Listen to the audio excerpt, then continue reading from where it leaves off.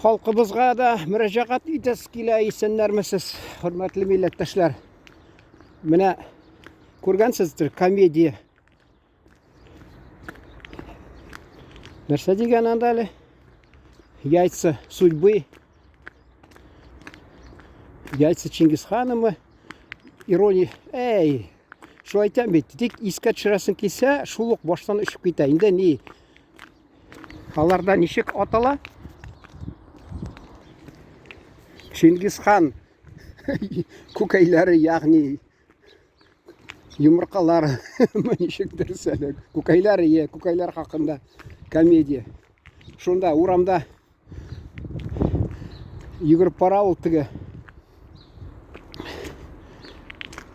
Менә ничек әле исеме? Әле таджикларны бит эшкә куша да үзе китә. Акчаны онытып. Шул урамда шоу бери бит. Алар аның теге барсеткасын алып киткәч, акча белән эзләп бери. Шунда шырый бер ир кеше, ул аңлатып бирә. Ул элек таджиклар белән очрашып, тегеләр телне ватып, юньләп әйтәлмичә сорыйлар. Бу аңлый бөтен нәрсәне. Тегесе Склифосовского, тегеләй булай дип. Шунысы әйтәм, миндә ничә ай ди, шулай эшлиләр, ремонт ясый алмыйлар. Мин аларның телен өйрәнеп беттем инде дип ачуланып, бераз сүгенеп тә куямы. Менә шуны әйтәс килә. Менә кира дип әйтәләр төркчә, фатирны арендага биргән мәсәлән. Шул шалтыратып яталар. Абый имеш.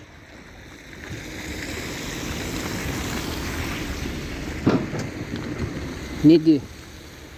Тизрәк җибәр миңа паспортыңның копиясын һәм квартираның шул кагаз документның копиясын. Мен әйтәм, иртәгә төшкә кадәр җибәрмен. Юк, хәзер җибәр ди.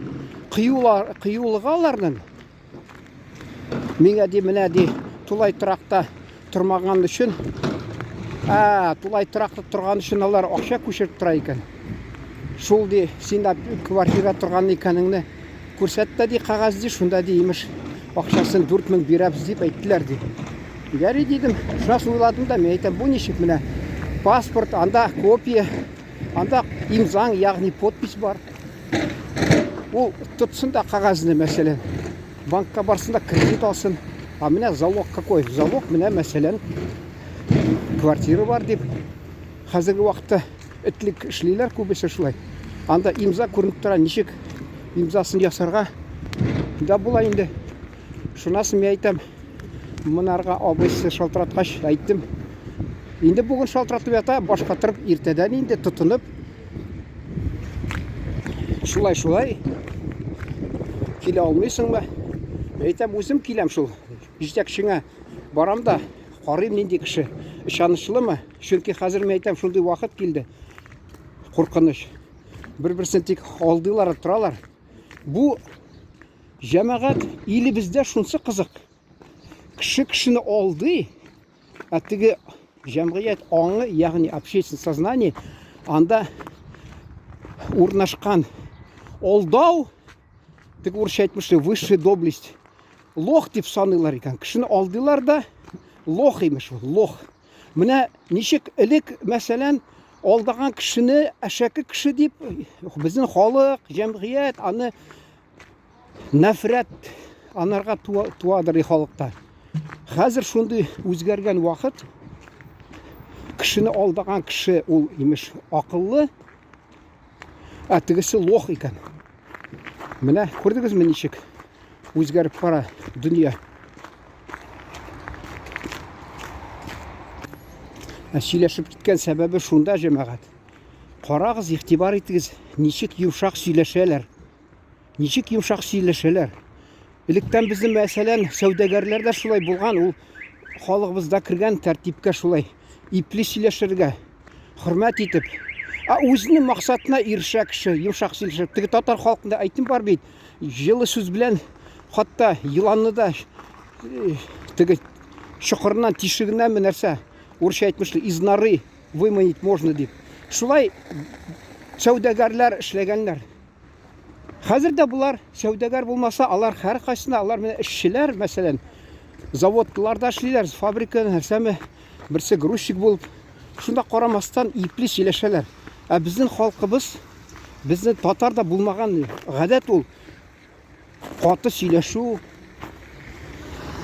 булмаган андый нәрсә. Хөрмәт итеп сөйләшкәннәр, өлкәннәр белән бигрәк тә сез дип сөйләшкәннәр. Ә хәзер кайсы халыктан җәмәгать үрнәк алып торасыз? Кемнәрдән үрнәк аласыз шулай? Каты сөйләшеп, әшәке ул кешенең көчен күрсәтә дип, кудрәтен күрсәтә дип уйлыйсызмы? Әгәр дә кеше акырып, бакырып, менә мин шундый крутой дип. Крутойларына әйтә бит, смятку дип. 90-нчы елларда күпме крутойлар булды. Мин әле газетта эшләгәндә редактор кушкан, зиратка барсам, утыралар. Зур ташлар янында әниләр елап. Әле көнләшеп карап куялар. Чөнки миннән балалар белән яшьтәш, алар карап куялар. Мин уйлап торам, балаңны дөрес тәрбияләргә кирәк.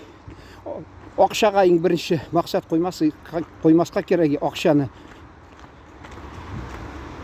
Безнең күршедә дә мәсәлән берсе 2 тапкыр утырып чыкты баласы. Акча.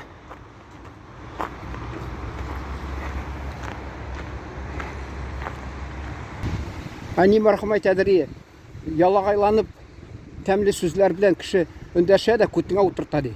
Ә безнең халкыбыз уйлый, мин менә бакырып кудрәтемне күрсәтсәм, һәр кайсы миннән куркып. Не дип? Ул кышкыру нәрсә? Надан кешенең ысулы, ягъни способ. Акыллы кеше алар ипле генә сөйләшәләр. Менә шушында көтеп торга вакыт бергән теге таджик малае килгәнме, юкмы белмим менә. Кайда ул? Шул түгелдер әле. Менә монда регистрация ясыйлар. Менә килә ята. Карагыз, ничек сөйләшәләр алар.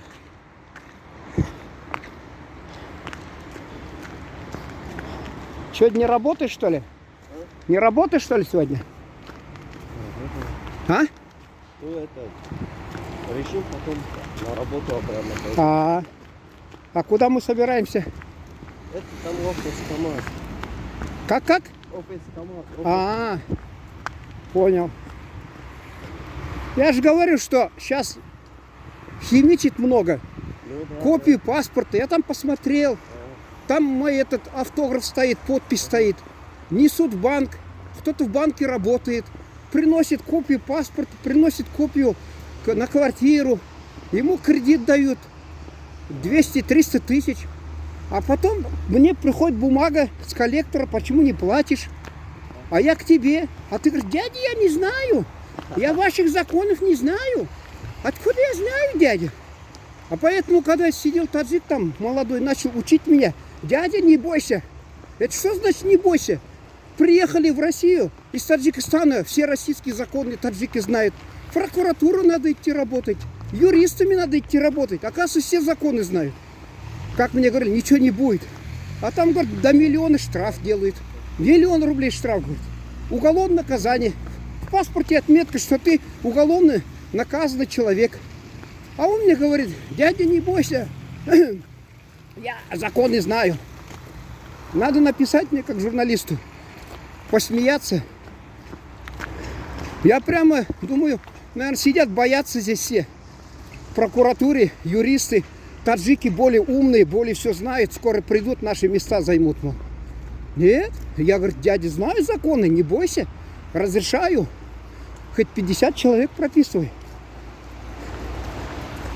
Там что он еще сказал-то? Да нет, там как раз насчет него разговор.